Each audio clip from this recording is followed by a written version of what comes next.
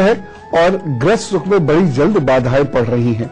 लड़का हो या लड़की, लड़के हो के घर वाले हो या लड़की के घर वाले, विवाह में बड़ा डर रहता है, हृदय कहीं न कहीं कांपता डरता रहता है।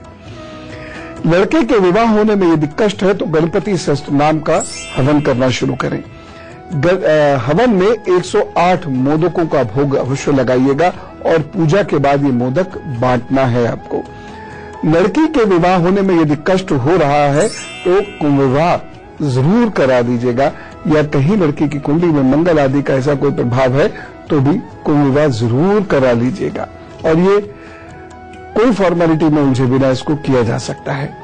गणपति जी को वस्त्र जरूर भेंट करे लड़का लड़की जिनकी शादी मुश्किल से हो रही है या जिनकी शादी में विघ्न बाधाएं आ रही हैं। गणपति जी को नियमित रूप से हल्दी का तिलक लगाइए और बेसन की मिठाई भेंट कीजिए। देखिए, आप महसूस कर रहे होंगे कि मैं कहीं लाल कहीं पीले का प्रयोग कर रहा हूं, कहीं कहीं धूम्र वर्ण का भी मैं प्रयोग करता हूं। तो अलग अलग कार्यों के लिए, अलग अलग बाधाओं के लिए, अलग अलग ग्रहों की परेशानी के लिए गणपति जी की अलग अलग तरीके से पूजा अर्चना होती है। संतान होने में यदि कष्ट हो तो संतान उत्पत्ति में 3 नाड़ियों के कारण परेशानी हो जाती है। ईडा कुपित होती है तो ट्यूब्स ब्लॉक कर देती है। सुषुम्ना अगर खराब होती है तो उसमें तो सुषुम्ना चले तो संतान उत्पत्ति संभव ही नहीं होती है। और यदि कहीं पिंगला कुपित हो जाती है तो स्त्री को कंसेप्शन होगा तो जरूर, लेकिन 45 दिनों के भीतर मिसकैरेज की संभावना भी हो जाती है। उसमें भी यदि सूर्य कुपित हो जाए तो और मुश्किल है। यदि पुरुष की पिंगला नाड़ी या सूर्य कुपित हो जाए तो उसमें कमी के कारण संतान उत्पत्ति सामान्य ढंग से हो ही नहीं पाएगी। मेडिकली आपको चीजों को कराना पड़ेगा।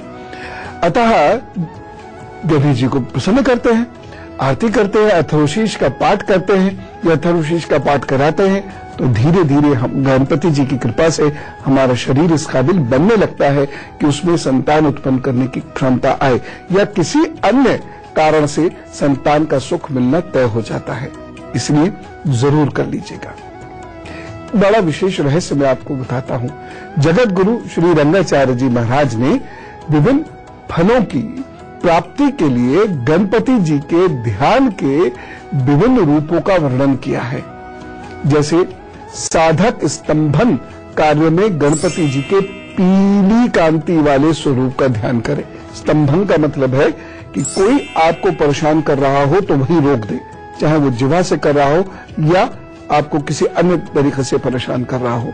तो पीले स्वरूप वाले गणपति जी की पूजा करने से वह आपको परेशान करना रुक जाएगा। किसी को मनाने वाले कार्य के लिए गणेश जी को खिलते हुए लाल रूप के वाले गणपति जी के रूप में ध्यान करना चाहिए। यानी जीवन साथी से आपकी अनबन हो गई है या कोई बहुत विशेष व्यक्ति आपसे रूठ कर चला गया है तो गणपति जी के लाल खिलते हुए लाल स्वरूप की पूजा करनी शुरू करिए। हो सकता है वो लौट के आ जाए।